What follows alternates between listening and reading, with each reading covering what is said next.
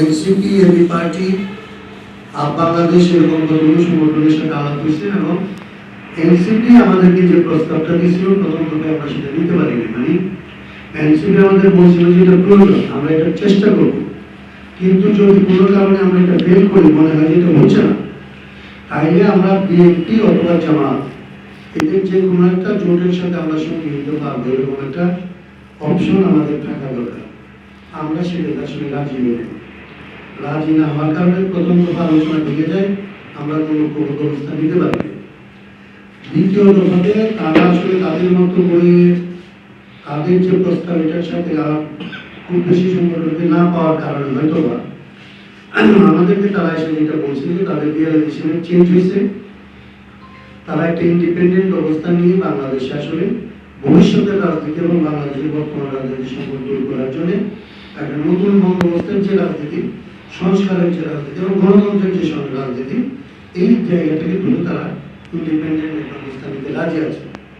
আমরা সেই ক্ষেত্রে তাদের সাথে প্রাথমিক এই শর্তগুলিতে রাজি হয়ে একটা ঐক্যবদ্ধ প্ল্যাটফর্ম হিসেবে গণতান্ত্রিক সংস্কার জোট আমরা গড়ে তুলি। গণতান্ত্রিক সংস্কার জোটের দুইটা হিডেন ট্যাগ ছিল। গণতান্ত্রিক শব্দটাকে আমরা ব্যবহার করছিলাম এই কারণে যে আমরা জামাত ইসলামীকে মনে করছি যে এখানে অগণতান্ত্রিক শক্তি, তারা আসলে ধর্মীয় ফেসিবাদ একটা শক্তি, তারা আসলে গণতান্ত্রিক না। সেইটাকে আসলে এটা থেকে আলাদা করার জন্য তাহলে গণতান্ত্রিক শব্দটাকে যুক্ত করা হয়েছে।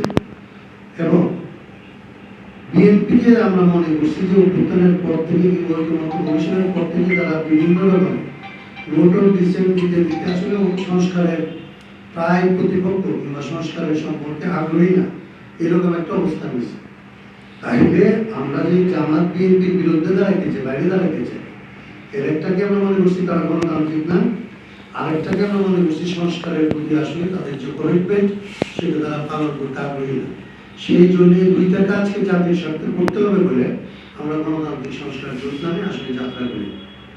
তার মানে আমাদের এটা মানে আলোচনার মধ্যেও ছিল, আর এটা ইনহেরেন্টও ছিল যে এই জোটটা জামাত কিংবা বিএনপি তাদের কারোর সাথে আসলে ঐক্যবদ্ধভাবে ইলেকশন কিংবা রাজনীতি করতে যাবে না।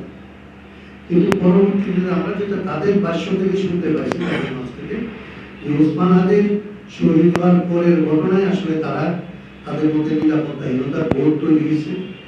তারা মনে করছে যে এই যে সংস্কারের রাজনীতি, এই রাজনীতিটা আসলে তার প্রাসঙ্গিকতা অনেকাংশে কমে গেছে।